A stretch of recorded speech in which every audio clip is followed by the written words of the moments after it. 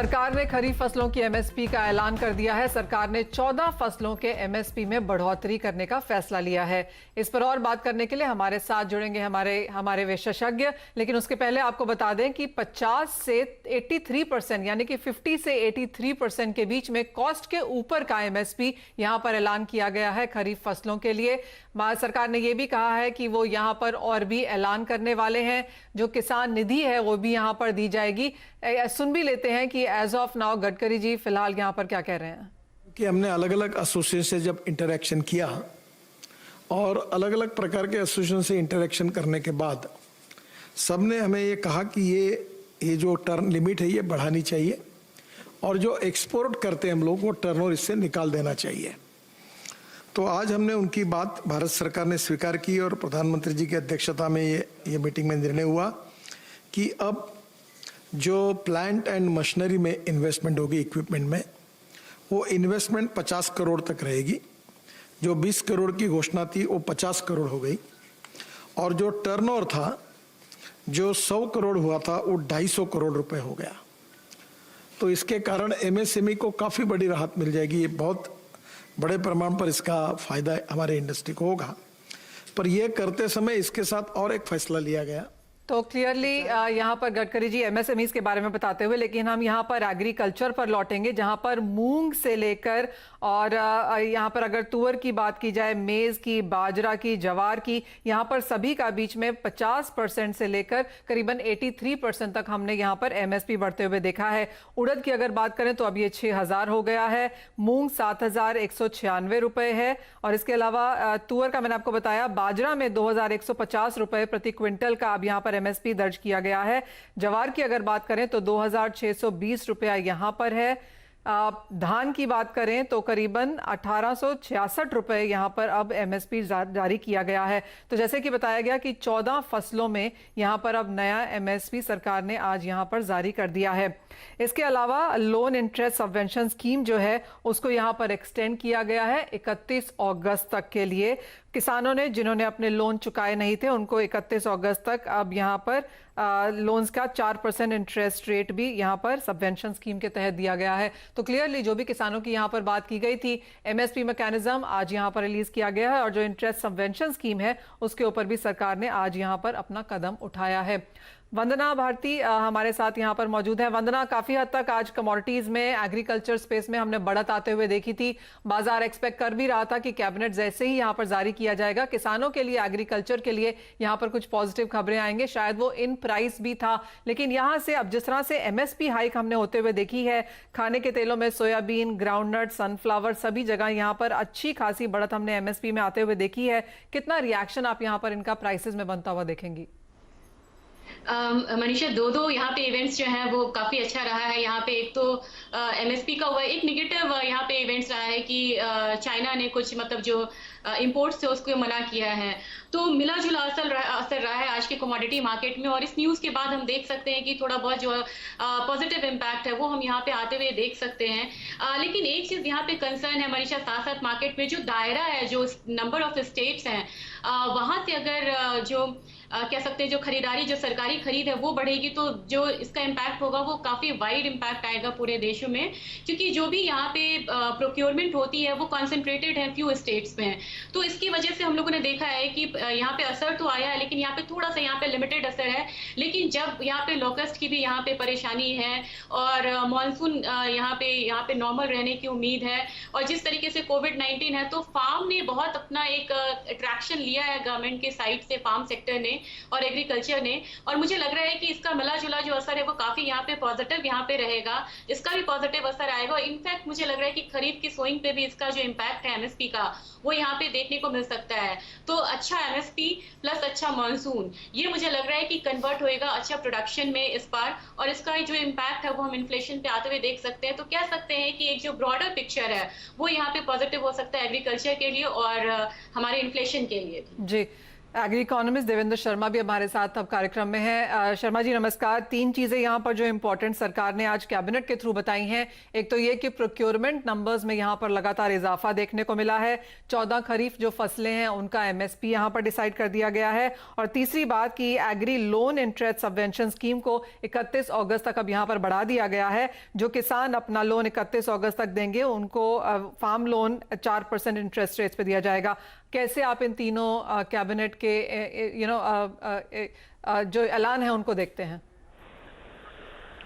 Loan जहां तक की बात है, इंटरेस्ट सबवेंशन वो तो ठीक है, लेकिन जो आपने कहा एमएसपी के प्राइसेस की बात की है, मुझे नहीं मालूम कि आज कैबिनेट ने कितना प्राइसेस को बढ़ाया है, लेकिन अगर सीएसीपी ने जो पिछले commission for agriculture cost and prices ने जो पीछे प्राइसेस बढ़ाए थे, वो तो मुझे लगता है दे वर नॉट एनकरेजिंग इसलिए नहीं थे क्योंकि जिस समय लॉकडाउन में से खेती गुजर रही है, जिस टाइम पहले ही क्राइसिस में लोगों ने बहुत अपने आप को सफर किया है, लॉसेस हम जानते हैं बहुत हुए हैं, और उसके बाद पैडी के जो सोइंग का टाइम होगा उसमें हम देख रहे हैं कि लेबर की बहुत शॉर्टेज है। उसके बावजूद भी किसानों को अपना क्रॉप को सो करना है। इस डिफिकल्ट टाइम में मैं देख रहा हूं कि जो पैडी की जो प्राइसेस बढ़े हैं वो 53 रुपीज के हिसाब से तकरीबन बढ़े हैं, if I am not incorrect, जो पहले सीएसीपी ने कहा था, तो वो तो बहुत ही कम है। और मुझे लगता है कि इस समय में जबकि सोइंग तैयार है, होने वाली है या शुरुआत हो जाएगी उसकी ट्रांसप्लांटिंग की, जून में अलाउ हो गया है, तो कहने का तात्पर्य यह है कि ये इसमें पैडी की एक्सपेक्ट हम कर रहे थे कि प्राइसेस और भी ज्यादा जाएंगे। कम से कम सरकार को देखना चाहिए कि एडिशनल कॉस्ट जो किसान इनकर करेगा उसको भी तो कंपनसेट करना चाहिए। अब एग्जांपल मैं दूंगा पंजाब में 10 लाख लेबर की शॉर्टेज है फार्म हैंड्स की, और उसको कंपनसेट करने के लिए बहुत से जो किसान हैं उन्होंने तो 1/3 तो इसमें से जो उसकी कमी है वो तो डायरेक्ट सोइंग से पूरी हो रही है, उसमें भी मशीन्स का कॉस्ट है, लेकिन जो बाकी हैं किसान वो तो एक्सपेंसिव उसका लेबर को उनको एक्सपेंडिचर तो करना पड़ेगा। तो कहने का तात्पर्य है कि इसमें तो सरकार को चाहिए कि आगे आए, खुलकर आए, ताकि किसानों की मदद इसमें की जा सके। और नॉट ओनली पैडी, हम देख रहे हैं पल्सेस में, ऑयल सीड्स में, जहां की गवर्नमेंट का एक फोकस रहा है कि हम सेल्फ सफिशिएंसी की तरफ बढ़े, तो मुझे लगता है कि प्राइसेस को और बढ़ना चाहिए था। और एमएसपी जो है हम जानते हैं कि सीएसीपी ने जो रिकमेंड किया था वो 2 से 13% की जो बढ़ोतरी थी, जैसे कि पैडी के प्राइसेस में समथिंग लाइक 2.7%। अगर ये प्राइस राइज है जो कि इन्फ्लेशन के साथ भी मैच नहीं करती थी पिछले साल का, अगर हम डेटा देखें, तो मुझे लगता है कि किसानों को उसमें कोई गेन नहीं है। It is not an encouraging price for farmers. Devendra Sharma ji, जो सरकार ने जो बातचीत करने से पहले कहा, उन्होंने कहा कि कॉस्ट ऑफ प्रोडक्शन का 50 to 83% इंक्रीज वो यहाँ पर फिलहाल एमएसपी में दे रहे हैं। पर मैं आप जस्ट टू टेल यू कि पैडी की अगर हम बात करें तो 1868 का यहाँ पर प्राइस निकल के आया है। बाजरे में यहाँ पर 2150 है। मक्के की अगर बात करें तो 1850 का लेवल यहाँ पर भी है। कैसे देखते हैं आप इन नंबर्स को? आपने 1868 का कहा, कितना रुपीस का फर्क है? 53 रुपीस का तो सीएसीपी ने रिकमेंड किया था। हाँ जी। पैडी उन्होंने कहा है कि 50% बढ़ा के की गई है, 50% कॉस्ट ऑफ प्रोडक्शन के ऊपर है। 50% हम ये समझें कि 50% जो कहती है सरकार, वो एक जो स्वामीनाथन फॉर्मूला है, MS स्वामीनाथन जो रिकमेंडेशन कमीशन का रिकमेंडेशन थी, वो नहीं है। ये सिर्फ A2 + FL यानी जो उसकी आउट ऑफ पॉकेट एक्सपेंसेस होते हैं प्लस फैमिली लेबर, उसको मिलाकर 50% दिया जाता है, which is not again an encouraging sign. वो तो एक कवर अप किया जा रहा है कि 50% करके। मुझे लगता है कि सरकार को उससे निकल आना चाहिए, कम से कम किसानों को बताना चाहिए कि भाई कॉम्प्रिहेंसिव कॉस्ट जो स्वामीनाथन कमीशन ने रिकमेंड की थी उसको हम क्यों नहीं फॉलो कर पा रहे हैं। वो सबसे ज्यादा अहम है इस बात पे। A2 + FL और जो कॉम्प्रिहेंसिव कॉस्ट है, दोनों में बहुत फर्क है। And I think let's go with Swaminathan commission की रिकमेंडेशन का, उनकी रिकमेंडेशन को फॉलो करने का, अडॉप्ट करने का टाइम आ गया है। एब्सोल्युटली। आपकी बात बिल्कुल सही है और जो बाकी ऑर्डिनेंस का भी मार्केट इंतजार कर रहा था, एग्रीकल्चर सेक्टर इंतजार कर रहा था, वो यहाँ पर फिलहाल देखने को नहीं मिला है। तो मेजरली यहाँ पर 3 बड़े ऐलान हुए हैं। एक तो ये कि एमएसपी यहाँ पर रिलीज किया गया है, दूसरा प्रोक्योरमेंट के नंबर्स बताए गए हैं जो ऑफकोर्स पिछले साल के कंपैरिजन में थोड़े से ज्यादा हैं, और तीसरी बात है कि इंटरेस्ट सबवेंशन स्कीम की बात की गई है। तो आउट ऑफ द ऑर्डिनरी या फिर अनएक्सपेक्टेड हमने फिलहाल एग्रीकल्चर में यहाँ पर कुछ आते हुए आज नहीं देखा है। शर्मा जी, बहुत शुक्रिया आपका हमारे साथ जुड़ने के लिए और अपना वो view in age of now announcements पे देने के लिए। इसी के साथ लेंगे एक छोटा सा ब्रेक। जब लौटेंगे तो और खबरों पर और दर्शकों के सवालों पर होगी हमारी। और आज आईएमडी की तरफ से दूसरा सेकंड फेज यहाँ पर हमने अनाउंसमेंट आते हुए देखा। मौसम विभाग ने अपने दूसरे पूर्वानुमान में भी सामान्य मानसून का अनुमान जताया है। इस साल लॉन्ग पीरियड एवरेज रेनफॉल 102% रहेगा। मानसून पर और विस्तार से बात करने के लिए हमारे साथ है नेशनल क्लाइमेट सेंटर के डीएस पाय। डॉक्टर पाय, नमस्कार। सबसे पहले तो ये बताइए कि ऊपरी स्तर पर हमने यहाँ पर एक रिवीजन होते हुए देखा है। पहले आईएमडी ने 100% कहा था और अब 102% है।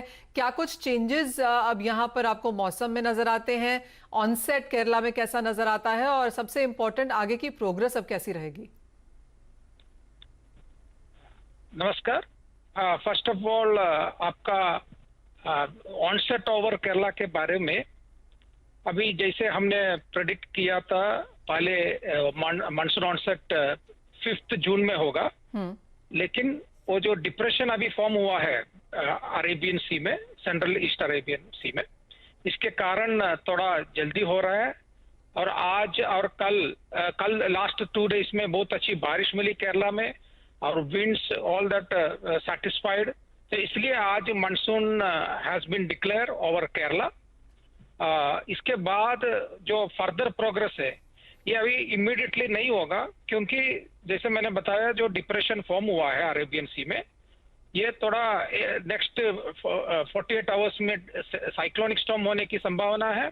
उसके बाद नॉर्थ महाराष्ट्र और सदर्न गुजरात के ओर ये लैंडफॉल होगा। ये इसके बाद ये जब वीक होगा तभी ये फर्दर प्रोग्रेस हो सकता है। And coming to monsoon rainfall, जैसे हमने अप्रैल में जो दिया था फोरकास्ट 100% था, अभी हमने अपग्रेड किया है 102%। ये मेन रीजन है जो मानसून को जो कंट्रोल करने वाला क्लाइमेट ड्राइवर्स है, जैसे एनसो कंडीशंस है, उसका इम्प्रूवमेंट है। जैसे आपने देखा होगा जनवरी फरवरी में जो पैसिफिक में वार्म एनसो कंडीशंस प्रिवेल कर रहे थे, लेकिन चलते चलते अभी करंटली उसका नॉर्मल कंडीशन हुआ है। और most of the global models indicate कर रहे हैं कि मानसून की मिडिल में या लास्ट पार्ट के मानसून के समय में ये कंडीशंस वीक लालिना कंडीशन होने की संभावना है। ये एक्चुअली मानसून के लिए फेवरेबल है। तो इसी कारण हमने 100 से 102% करके अपग्रेड किया है ये फोरकास्ट। डॉक्टर बाय, आपने जैसे कहा कि एक साइक्लोन भी यहाँ पर बिल्डअप हो रहा है जो साउथ गुजरात, नॉर्थ महाराष्ट्र में वेडनेसडे थर्सडे तक यहाँ पर लैंडफॉल दे सकता है। उसके बारे में बताइए, क्या कुछ एक्सपेक्ट किया जा सकता है अगले 3-4 दिनों में और क्या इससे डैमेज की भी एक्सपेक्टेशन है? देखिए, इसके जब ये क्रॉस करता है बहुत अच्छी सी रफ टू वेरी हैवी ये रफ हो सकती है सी। सिमिलरली वेरी स्ट्रॉन्ग विंड्स, ये cyclone very heavy very strong cyclone होने का संभावना है। इसलिए winds almost 90 to 105 kilometre per hour तक जाने का संभावना है। नेक्स्ट 2 दिन में केरला और कर्नाटका और महाराष्ट्र कोस्ट तक अच्छी बारिश होगी, लेकिन 3rd और 4th ये कोस्टल महाराष्ट्र और गुजरात में बहुत अच्छी बारिश, heavy rainfall, may be in some parts ये scattered rain, very heavy, that is 20 centimeter and above rainfall भी होने की संभावना है ये मोस्ट ऑफ द एरिया में। और मुंबई के लिए क्या आपको लगता है, क्या मुंबई के लोग यहाँ पर क्या एक्सपेक्ट कर सकते हैं अगले 3-4 दिन के लिए? देखिए, बहुत हेवी, जैसे मैंने बताया, heavy rainfall as well as आज से नेक्स्ट 4th तक, एक्चुअली नेक्स्ट 4 डेज अच्छी बारिश मिलेगा। चलते चलते 3rd और 4th में relatively more heavy rainfall will occur और स्ट्रॉन्ग विंड्स भी होने की संभावना है। सो और ये जो सी है वो भी रफ टू वेरी रफ रहने की संभावना है। डॉक्टर पाए, एक फाइनल सवाल, और जो आईएमडी का आज प्रेस कॉन्फ्रेंस था उसमें कहा गया कि जुलाई और अगस्त यहाँ पर काफी अच्छे महीने माने जा रहे हैं। 103%, 96% जुलाई और अगस्त में देखने को मिला है, लेकिन जून की बारिश क्या क्या एस्टिमेट्स हैं, क्या परसेंटेज ऑफ एलपीए हम एक्सपेक्ट कर सकते हैं? देखिए, अभी ये साइक्लोन के वजह से सेंट्रल इंडिया, गुजरात, महाराष्ट्र और कोस्टल एरिया में अच्छी बारिश मिल सकती है, लेकिन उसके बाद थोड़ा हाइटस होगा मानसून प्रोग्रेस में, इसलिए नेक्स्ट वीक में थोड़ा बारिश कम होगी, लेकिन ओवरऑल जून में स्लाइटली लेस देन 100% रेनफॉल बारिश हो सकती है। लेकिन जुलाई, जैसे आपने बताया, जुलाई में अच्छी 103% और अगस्त में 102%, 97%, आई एम सॉरी, अगस्त में 97% होने की संभावना है। डॉक्टर पाई, बहुत शुक्रिया आपका हमारे साथ जुड़ने के लिए और वो पूरी चीज विस्तार से समझाने के लिए। तो क्लियरली जून के महीने में इस हफ्ते में यहाँ पर अच्छी खासी बारिश सेंट्रल और वेस्टर्न इंडिया में एक्सपेक्टेड है। आगे जाके एक हफ्ते का यहाँ पर एक लल पीरियड रह सकता है, लेकिन उसके बाद प्रोग्रेस बेहतर होने की उम्मीद है। जुलाई अगस्त के महीने यहाँ पर आप वॉच करें। वंदना, आपसे जानना चाहेंगे, जैसे आप कह भी रही थी कि मानसून यहाँ पर एक पॉजिटिव है, एमएसपी की बढ़त है। ऑफकोर्स देवेंद्र शर्मा जी को लगता है कि जिस तरह की एक्सपेक्टेशन थी या जिस तरह की किसानों की मांग थी, उस तरह के हमने नंबर्स आते हुए नहीं देखे हैं शायद यहाँ पर एमएसपी को लेकर, लेकिन एक नीजोक रिएक्शन शायद एग्रीकल्चर कमोडिटीज को मिल चुका है। क्या ये वापस फंडामेंटल्स पे जाएंगे या फिर यहाँ पर नजर रहेगी मानसून पर? मनीषा, मुझे लग रहा है यहाँ पे कि वापस फंडामेंटल्स पे यहाँ पे जाएंगे। और एमएसपी कभी से भी बहुत सक्सेसफुल मॉडल नहीं रहा है इंडियन इकोनॉमी के लिए, रादर यहाँ पे जो इंफ्रा है उस पे काम होना चाहिए। तो ये कंसंट्रेशन बस एक ये है कि कह सकते हैं कि जो लिमिटेड यहाँ पे फार्मर्स है उनको इनका फायदा मिल रहा है। ये बात बहुत ध्यान से यहाँ पे सोचना होगा, क्योंकि इसका जो कह सकते हैं कि जो स्प्रेड है एमएसपी और प्रोक्योरमेंट का, ये सारे स्टेट्स में नहीं है, या जो बिल्कुल रिमोट एरिया है वहाँ पे प्रोक्योरमेंट्स नहीं है। यहाँ पे चुनिंदे स्टेट्स हैं, राजस्थान है, एमपी है, यहाँ पे हरियाणा है, पंजाब है, इन सब जगह पे है। तो ये एक बहुत बड़ा कंसर्न है, क्योंकि मैं रूटेड हूँ एग्रीकल्चर वाले रिमोट एरिया से, तो मुझे ये चीजें पता है। दूसरी चीज यहाँ पे ये है कि जो फंडामेंटल्स है वहाँ पे ये चीजें वापस आएंगी। और यहाँ पे एक पॉजिटिव चीज यहाँ पे मनीषा ये हो सकता है कि जो लॉकडाउन ईज हो रहा है, तो 2 महीने के बाद हम अपने मंडीज को ओपन होते हुए देख रहे हैं। स्लाइटली यहाँ पे धीरे धीरे लोग आएंगे। जो अराइवल्स थे वो मोस्ट ऑफ द कमोडिटी में 50% थे। ऑफटेक जो थे वो यहाँ पे बढ़ सकता है अचानक से, जैसा कि यहाँ पे फूड इंडस्ट्री से भी काफी ज्यादा आ रहे हैं यहाँ पे डिमांड। आप मस्टर्ड में देखिए, मस्टर्ड में काफी डिमांड है और यहाँ पे जो अराइवल्स है वो यहाँ पे कम है। तो मुझे लग रहा है कि धीरे धीरे यहाँ पे फंडामेंटल्स से वापस आएंगे और मंडीज में जैसे ही ट्रेड शुरू होता है तो उसका जो एक रिएक्शन है वो आते हुए दिखेगा। और यहाँ पे मुझे लग रहा है कि रिएक्शन प्राइसेस में मिक्स होना चाहिए, क्योंकि जो रबी क्रॉप है उसका फुल ऑनसेट हम कह सकते हैं, फुल अराइवल्स यहाँ पे अभी तक मार्केट में नहीं हुआ है। जब फुल स्विंग में वो रबी क्रॉप्स यहाँ पे आएंगे तो स्लाइटली हम एक प्रेशर आते हुए देख सकते हैं। खासकर मुझे लग रहा है जो मस्टर्ड काफी यहाँ पे हायर साइड हम लोगों ने आते हुए देखा है, वहां पे एक करेक्शन हो सकता है। 4300 तक प्राइसेस हम यहाँ पे आते देख सकते हैं। सोयाबीन में ऑलरेडी यूएस यहाँ पे रिएक्ट कर रहा है और सोयाबीन में भी मुझे लग रहा है जो एडिबल ऑयल सीड्स यहाँ पे रिएक्शन आते हुए हम देख सकते हैं अच्छा खासा। और जैसे ट्रेड खुलता है तो मेरे ख्याल से अगर कोई सेक्टर पॉजिटिव यहाँ पे रहेगा, वो मुझे लग रहा है कि स्पाइसेस में मुझे लग रहा है कि एक अपसाइड जो है वो यहाँ पे आना चाहिए। चलिए, एग्रीकल्चर कमोडिटीज के लिए आगे का समय यहाँ पर काफी वॉलेटाइल रह सकता है। यहाँ पर मॉनसून है, यहाँ पर खरीफ की बुआई है, प्रोक्योरमेंट सरकार की तरफ से चल रही है और जो नए यहाँ पर रूल्स लॉज वगैरह जो चेंज होने की बात हो रही है, इसके ऊपर भी यहाँ पर काफी हद तक नजर रहेगी। बहुत शुक्रिया वंदना आपका हमारे साथ जुड़ने के लिए और एग्रीकल्चर कमोडिटीज पर बात करने के लिए। इसी के साथ मुझे दीजिए इजाजत, लेकिन आप बने रहिए CNBC आवाज पर।